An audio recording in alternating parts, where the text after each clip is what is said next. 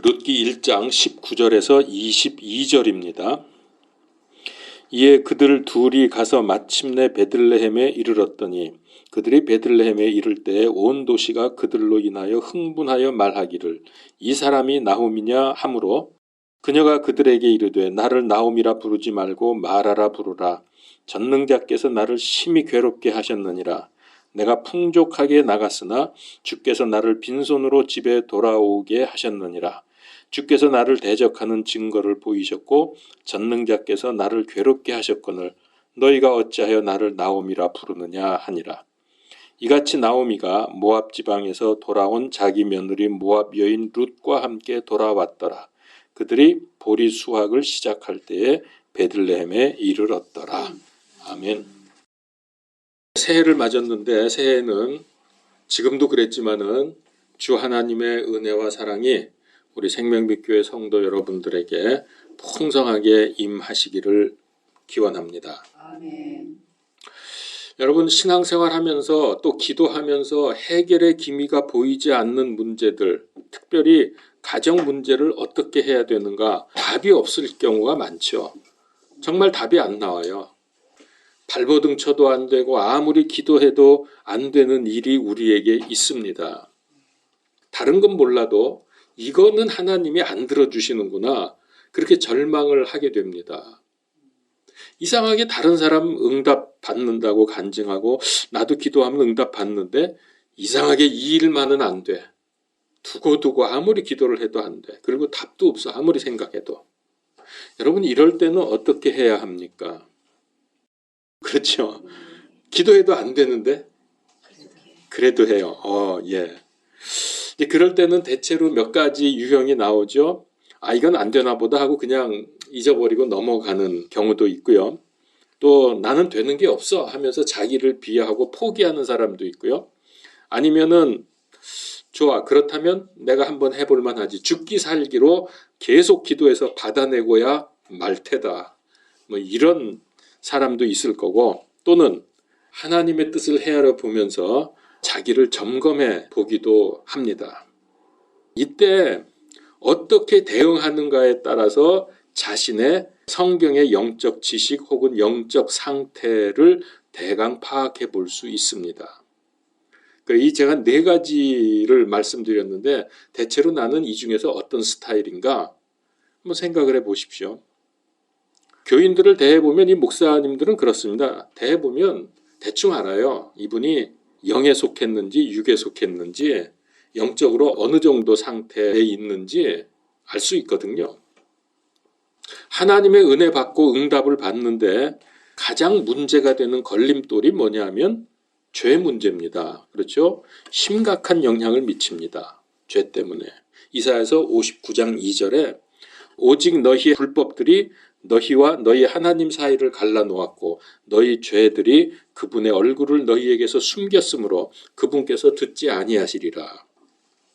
그럼 나 이거 죄 어떡하지? 난 잘 모르겠는데 내 남은 죄가 뭐 있지? 뭐 그러면서 괴로워해요. 사람들이 이거 회개해야 된다고 교회만 오면은 이야기를 하니까 그래서 너 기도 응답 못 받는 거야 이러거든요. 근데 죄 말고 마음에 상처와 쓴뿌리가 있다면은 응답받는데 이게 또 엄청 방해입니다. 받은 상처와 쓴뿌리 자체가 죄가 아니기 때문에 여러분 이거 회개해서 없어집니까? 상처와 쓴뿌리 회개한다고? 이 상처와 쓴뿌리는 죄가 아니기 때문에 죄 자체는 아니잖아요. 그렇기 때문에 이거 회개한다고 해결되는 문제가 아닙니다. 사람들이 이거를 깨닫지 못하고 있습니다. 이게 구분이 안 되니까 회개만 제대로 하면 모든 문제가 해결될 거라고 생각을 합니다. 또 그렇게 가르치고 설교도 합니다.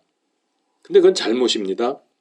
상처와 쓴뿌리는 죄가 아니지만은 여기서부터 많은 죄와 문제가 시작이 됩니다. 그래서 이 문제를 해결하지 못하면 죄짓고 회개하고를 반복하게 돼요. 이게 쓴뿌리가 남아있으니까 그것 때문에 죄를 짓는 거지. 이게 회개한다고 없어지는 것도 아니고. 근데 그렇게 되면은 드러난 증상만 치유할 뿐이지 이게 근본적으로 해결이 안 되기 때문에 남은 그 원인에 의해서 이 문제는 계속되는 거예요. 그래서 우리 그러잖아요. 죄 짓고 회개하고 죄 짓고 회개하고 계속 반복하잖아. 그거는 내 안에 상처와 쓴뿌리가 있다는 것을 일단 눈치를 채야 돼요. 요즘에 힐링이라는 말이 유행하죠. 아무데나 힐링을 갖다 붙이는 것 같아요. 들어보면은. 그런데 교회에서도 힐링을 많이 말하지만은 이게 보면은 증상 치료에 그치는 경우가 대부분입니다. 뭐 어디 가서 회개 집회 하고서 기도원 가서 하고서 나는 이제 다 풀어냈다고 했는데 내려와봤자 도로묵입니다. 생활을 해보면은 그러니까 우리가 그것만 봐도 아 이거는 이런 식으로 해결되는 문제가 아니구나 알 수가 있죠. 자, 그래서 이제 오늘 룻기를 통해서 이 부분을 좀 조명을 해 보겠습니다. 나오미의 뜻이 나의 기쁨이라는 뜻입니다. 나오미, 나의 기쁨. 그런데 그녀의 삶은 전혀 기쁨이 없었습니다. 온 가족이 모압으로 이민을 갔죠. 그랬다가 남편 죽고 두 아들 죽고 빈손으로 수십 년 만에 고향으로 돌아왔습니다. 세 가정이 갔잖아요. 근데 남자들은 다 죽었죠, 거기서. 그리고 며느리 둘 중에서 오르바는 자기 나라로 돌아가 버렸고 이 나오미하고 함께 온 며느리는 룻 하나밖에 없었어요. 그러니까 6명이 갔다가 2명만 돌아온 겁니다. 말 그대로 인생 완전 실패. 고향 마을에 돌아왔는데 여기 오늘 말씀해 보니까 마을에서 야 나오미 왔다 나오미 왔다 막 그러는 거예요. 너무나 오랜만에 이제 본 거죠. 근데 나오미 입장에서는 그것도 괴로워. 성공해서 돌아왔다면 좋았겠지만은 이건 뭐 다 죽고 실패해서 빈털터리로 거지꼴로 하고 지금 돌아왔기 때문에 마을 사람들이 자기를 알아보아 주는 것조차도 싫은 거예요. 그게 불편한 거예요. 그래서 나오미가 그들에게 뭐라 그럽니까? 나를 나오미라 부르지 말고 마라라고 부르라. 마라라는 말은 괴로움이란 뜻입니다. 나오미의 이 고통과 슬픔 때문에 그는 거의 죽고 싶었을 것입니다. 자, 이 상황에서 무슨 말을 한다고 위로가 되겠습니까? 이런 경우 있잖아요. 차라리 가만히 있어야지 할 말도 없지만은 어떻게 좀 위로해 준다고 한 말이 그 사람을 더 괴롭히는 경우들이 많거든요. 지금 그런 상황입니다. 그러니까 그녀의 입장이 되어보지 못하고서는 아무도 그의 고통을 알 수가 없는 거예요. 성경에서 가장 고난당한 사람을 우리는 욥으로 꼽습니다. 아마 욥의 거금갈 만큼 고통을 당했을 겁니다. 왜냐하면 일가족이 다 잃어버렸거든. 완전히 다. 완전히 거지가 돼서 돌아왔거든.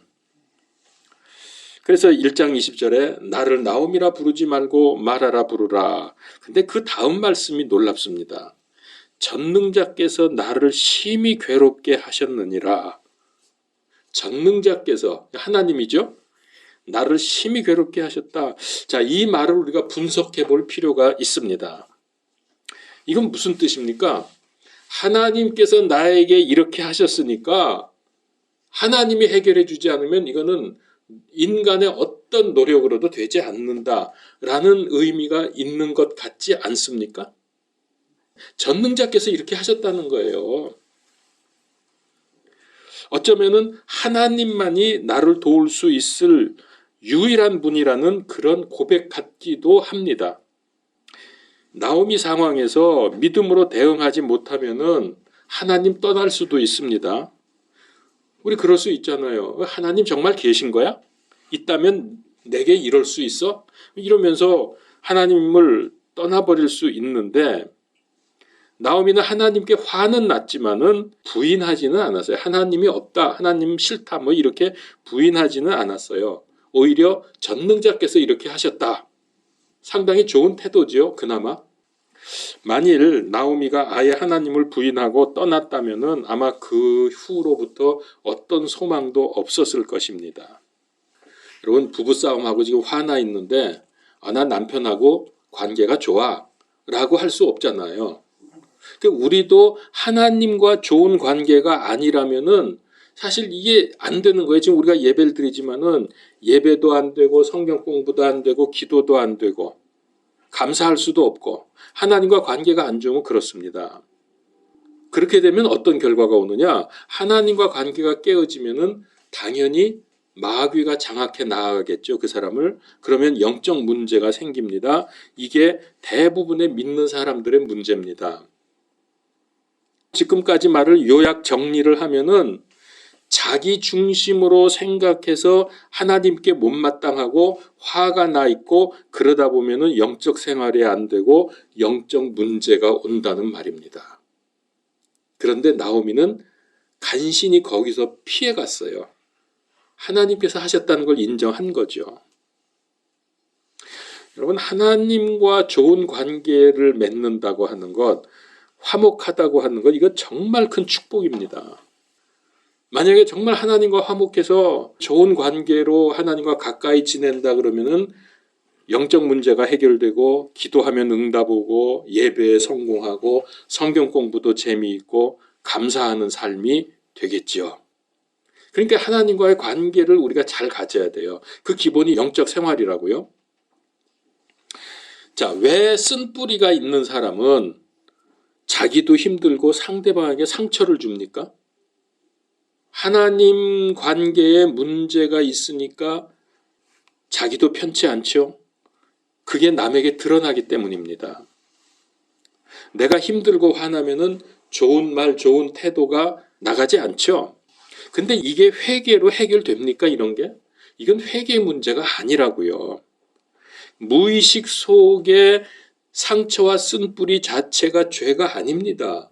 근데 그것 때문에 죄를 짓게 되고 그것 때문에 힘들어지는 거예요.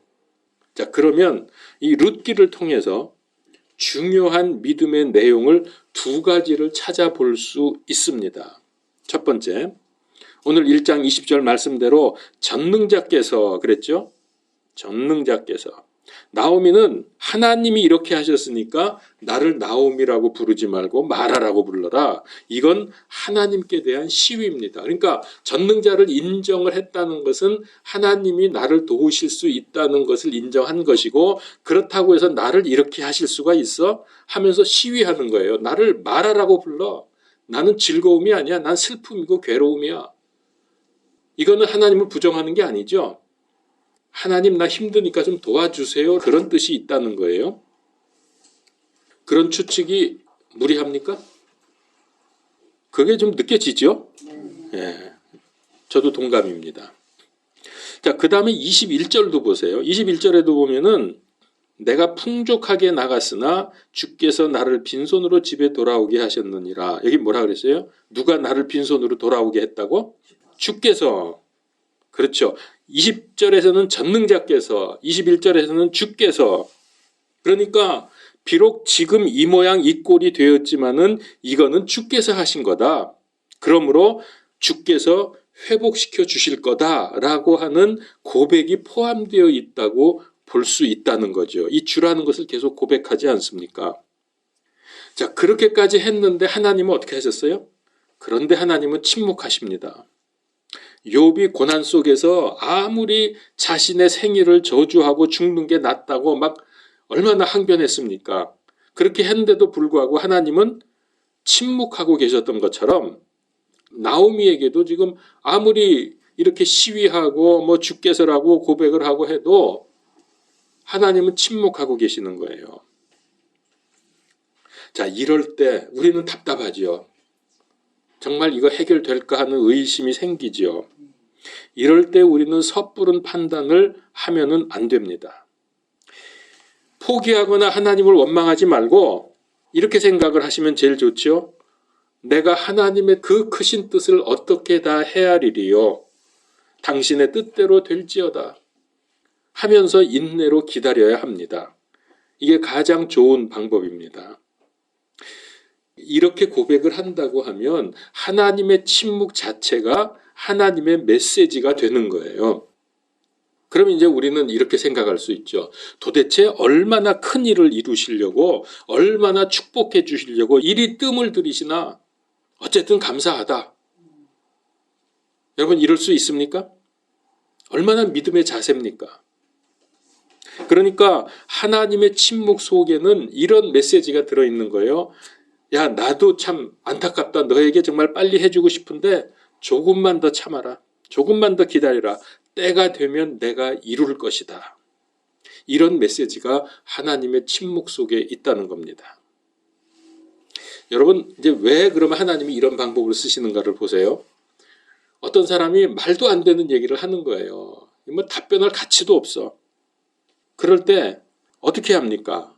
저 사람에게는 뭐 설명해주고 얘기를 해도 소용없죠. 저런 사람이 뭐 이해가 되겠어요? 뭐 어떻게 하겠어요?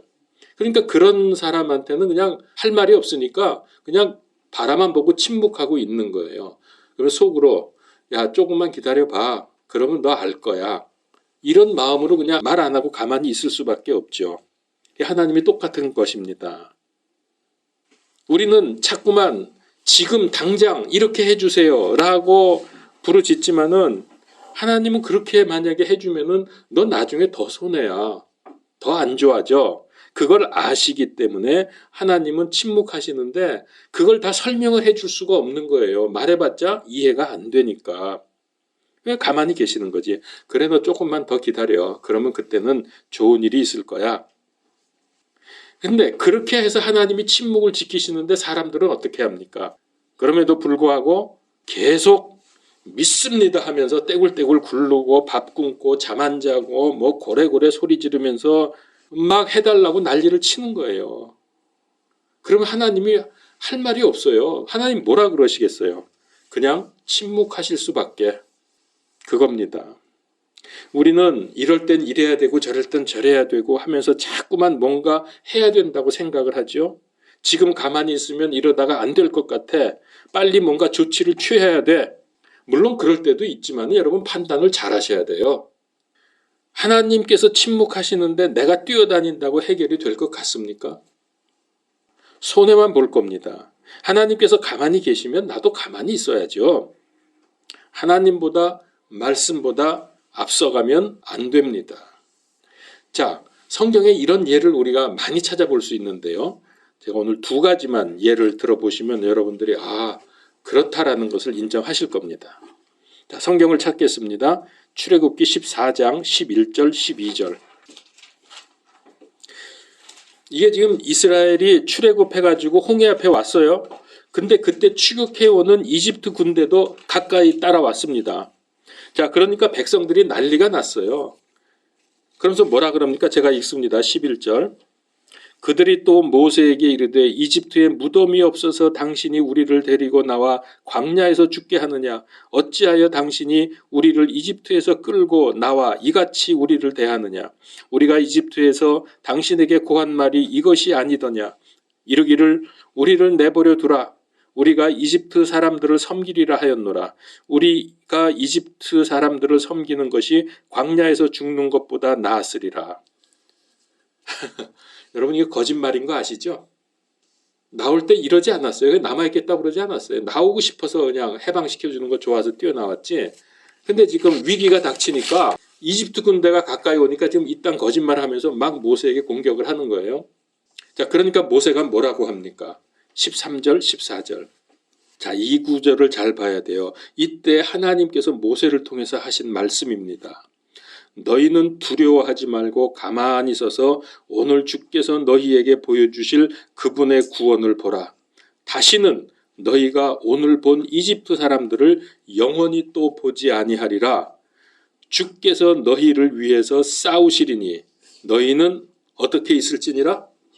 조용히 있을지니라.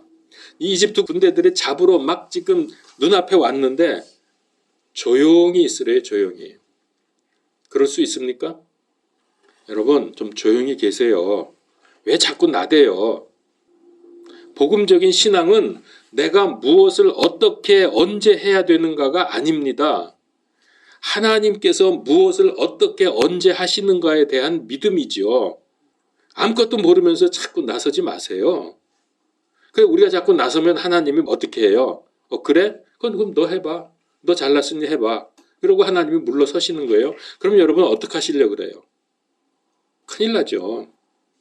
하나님께서 우리를 위해서 얼마나 열심히 일하고 계시는지 이걸 몰라?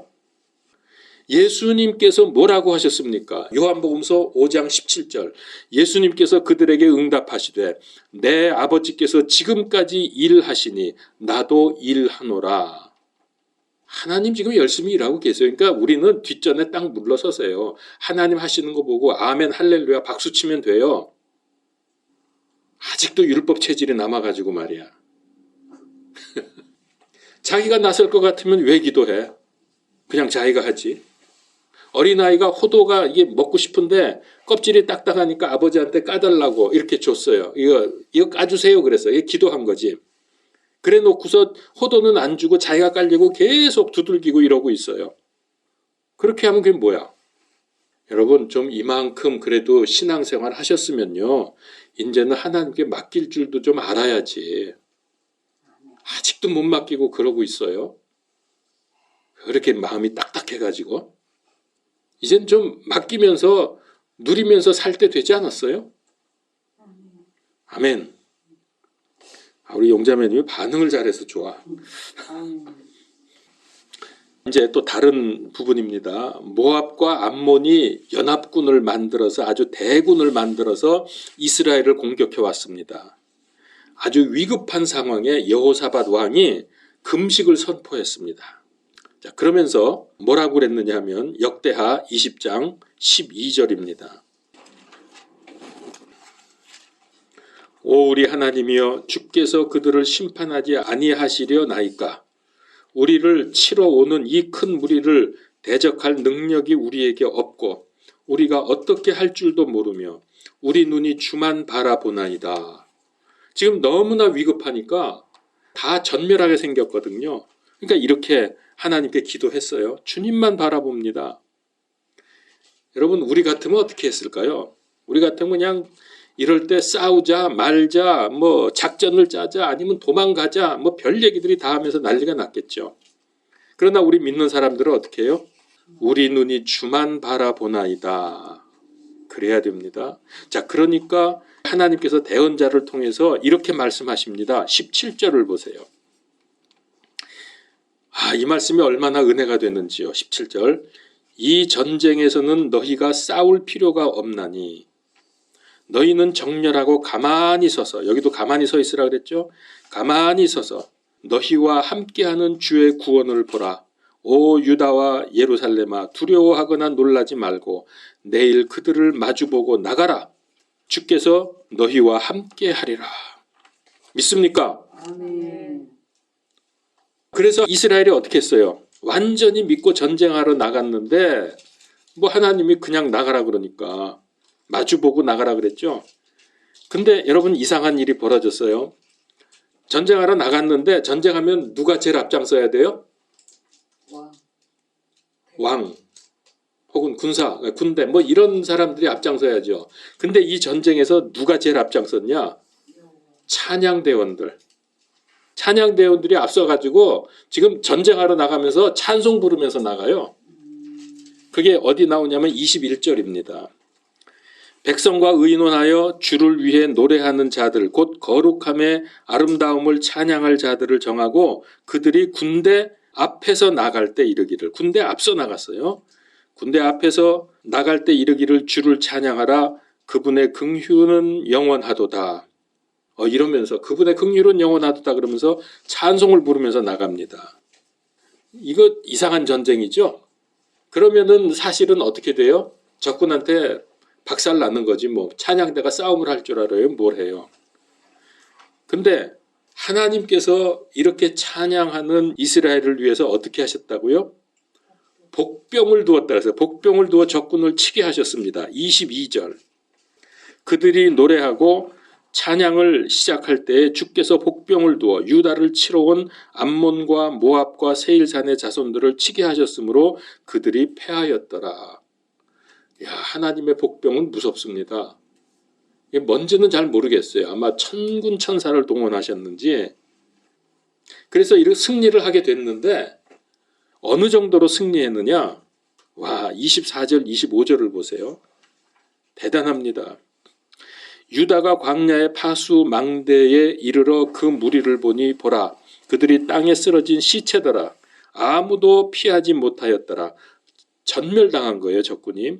여호사밧과 그의 백성이 나가서 그들 중에서 노략물을 취할 때 그 시체들과 함께 있던 재물과 보물이 그들 가운데 많이 있음을 발견하고 자기들을 위해 자기들이 가져갈 수 있는 것보다 더 많이 그것들을 빼앗았더라. 그것이 너무 많으므로 그들이 사흘 동안 노략물을 거두었더라.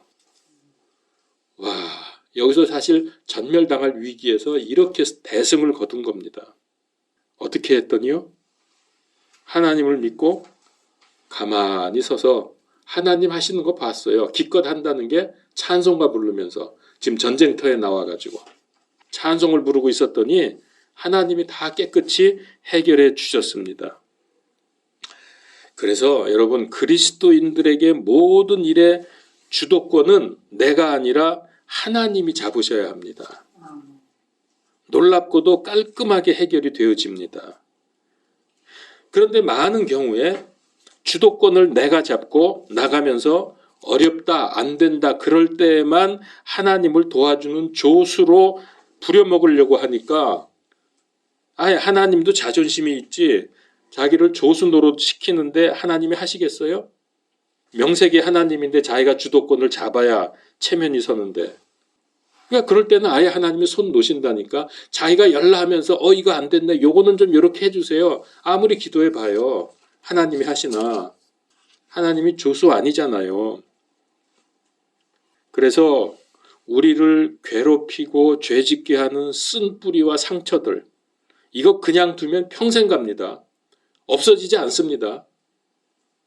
저도 많은 쓴뿌리가 있고 상처가 있지만 그중에서 치유된 게 어느 때 치유됐느냐 생각해 보면 그게 이해가 되고 내 마음이 용납이 되니까 이게 그래서 이렇게 된 거구나. 그거 되니까는 마음이 녹아지더라고요. 그 부분에 관해서는. 우리 아버지한테 얻어 터진 얘기입니다, 이게.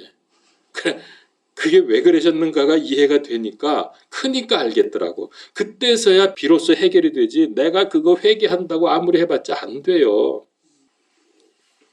그래서 이런 거를 비롯해서 인생의 모든 문제도 하나님이 없애주시고 해결해 주시도록 기도로 맡기고 하나님의 역사를 기다려야 합니다. 그러니까 복음이지 우리 보고 하라고 하면 복음이 아니죠. 자, 두 번째 얘기입니다. 왜 하나님은 나오미에게 그리고 우리에게 믿는 사람들에게 고난을 허락하시는가? 좀 자기 자녀, 자기 백성 됐으면 다 잘되게 해주시면 좀 좋아요. 그래 놓고서 기도하고 울고불고 살려달라 그러면 하나님은 어떻게 하세요? 침묵하세요. 예수님 보세요. 예수님도 십자가에서 얼마나 힘들고 아프고 고통스러웠는지 뭐라고 그랬어요? 엘리 엘리 라마 사박다니, 나의 하나님이여 나의 하나님이여 어찌하여 나를 버리셨나이까. 그래 하나님이 응답하셔가지고 십자가에서 내려주셨습니까? 침묵하셨어요. 왜? 십자가에서 죽이기로 작정하신 겁니다. 아버지 하나님이 아들 하나님 죽이기로 작정했어요. 그러니까 아무리 죽겠다고 왜 나를 버리셨어요? 그러고 떠들어도 가만히 계시는 거예요. 이게 하나님이세요. 하나님 어느 때 보면 진짜 매정해. 근데 그게 나중에 보면은 그게 정말 축복입니다. 그게 깨달아질 때, 그때는 힘들었는데 하나님이 왜 이러실까 참 불만이 많았는데 나중에 가보고 그렇게 하신 이유를 알게 되면은 그때 하나님께로부터 받은 상처가 해결이 된다고요. 좀 이상하지만 하나님께로부터 상처받았다니까 이해를 위해서 제가 그렇게 표현하는 겁니다. 하나님께서 나오미 가정을 박살낸 데는 이유가 있습니다. 이제 아주 중요한 말씀입니다. 왜 하나님이 이렇게 나오미를 박살을 냈을까? 그 가정을. 나오미 가정이 어떻게 했어요? 이방으로 나가버렸잖아요. 하나님의 언약을 성취하려고 하면 이방 지역으로 나가면 안 돼요. 그런데 이 사람들이 여기 뭐라고 고백했냐면 우리가 풍족할 때 나갔다가 빈손으로 돌아왔다. 그러니까 나갈 때는 뭐 돈 꽤나 있고 뭐 가진 게 좀 있었겠죠. 그래가지고 이 정도면 어디 가서든지 떵떵거리면서 잘 산다. 그리고서 나간 거예요. 결국 그거는 불신앙이라는 겁니다. 왜? 하나님이 정해주신 약속의 땅 가나안을 떠났다고 하는 것은 불신앙을 의미하는 거거든요. 그래서 하나님께서 다시 이들을 부르기 위해서 부르시려고 하는데 이게 안 들어먹어. 그러니까 어떻게? 이제 고난이 오는 겁니다. 그때부터. 나오미와 룻을 하나님께서 정하신 땅, 약속의 땅, 하나님께서 역사하실 땅으로 부르시기 위함이었습니다. 그러니까 얻어 터지지 않으면 안 돌아온다니까, 믿음 안으로. 이게 우리들이에요. 그래서 하나님이 몽둥이로 두들겨 팼죠. 그랬더니 막 남자들 다 죽고 그렇게 된 거예요. 그래서 결국 두 손 들고 돌아오게 됩니다. 믿음 안으로, 약속 안으로 돌아오게 되는 겁니다. 그럼 왜 불렀을까? 그렇게 해서 하나님께서 정하신 사람 보아스와 결혼하게 하기 위함입니다. 그래서 그들 사이에서 장차 다윗 왕이 태어나게 하시기 위함입니다. 그래서 그 혈통을 따라서 하나님께서 정하신 때에 예수 그리스도를 탄생하게 하기 위함입니다.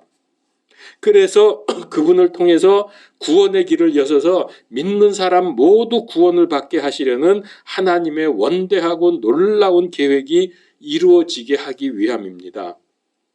그래서 이들로부터 영원토록 영광 받으시기 위함입니다.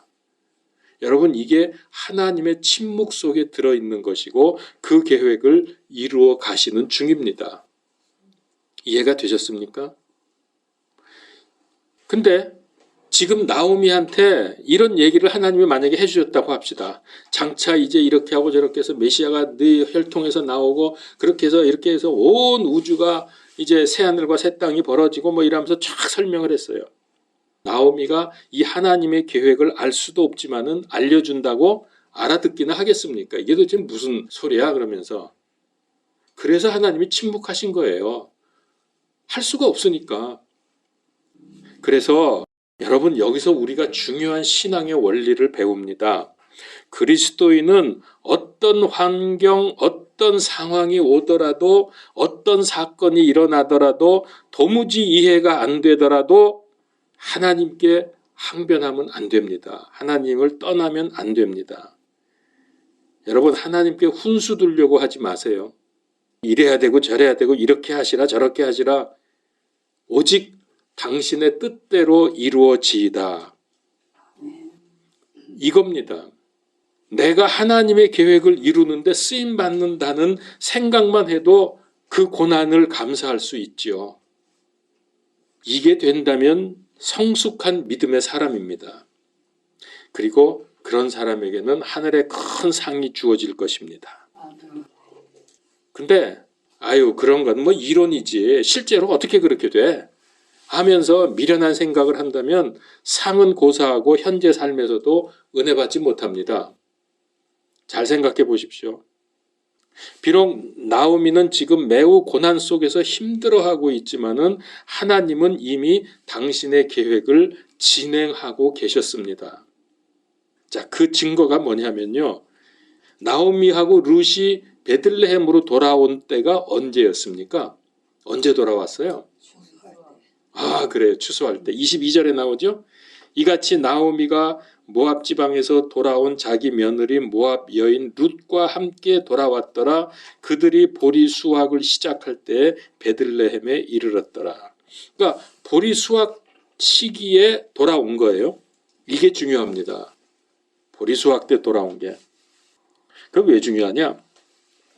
자, 이제 보리 추수가 시작이 되었으니까 며느리 룻이 보아스의 보리밭에 가서 이삭을 줍게 되고 그러면 보아스의 눈에 띄게 되고 그러다가 둘이 결혼을 하게 되고 그래서 다윗의 증조부인 오벳을 낳게 됩니다.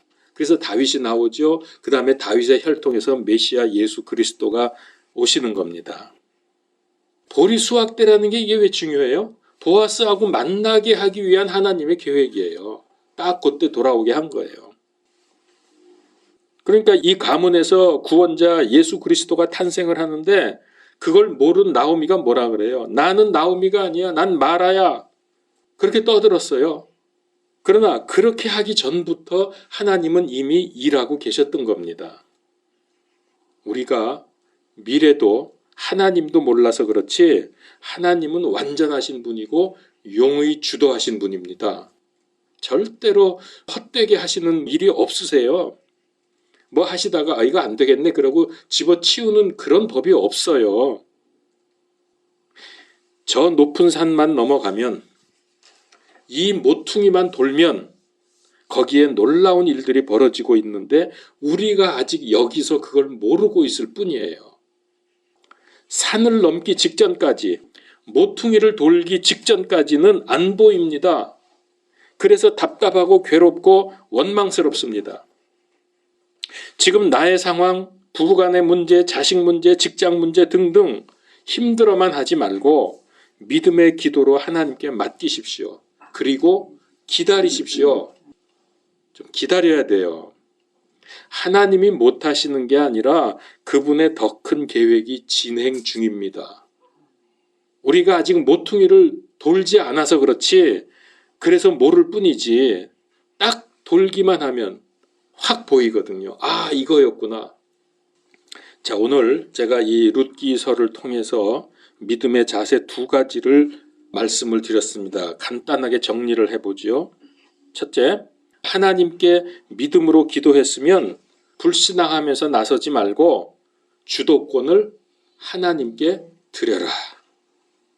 두 번째, 모든 사건, 모든 문제, 모든 상황은 하나님의 계획 속에 있음을 믿고 아멘, 할렐루야, 감사하라. 이 2가지입니다. 기도하겠습니다. 하나님, 참 우리는 답답하고 우매하고 그래서 하나님 마음을 힘들게 할 때가 얼마나 많습니까? 우리가 참지 못하고 기다리지 못하고 맡기지 못해서 얼마나 또 주의 일을 망칠 뻔할 일이 많았습니까? 이제는 주님, 하나님의 그 놀라우심, 용의 주도하심, 완벽하심을 믿고 완전히 주님께 맡기고 내 생애를 주님께 드리며 주의 뜻이 이루어지이다 하는 믿음을 갖고 살게 하여 주시옵소서. 그러는 가운데 나의 문제, 우리 가정의 문제, 세상의 문제 다 주님의 능력으로 해결받게 하시고 우리의 삶을 통해서 하나님께 큰 영광을 돌리며 주의 계획을 이루는 인생이 되게 하여 주시옵소서. 예수 그리스도 이름으로 기도하옵나이다. 아멘.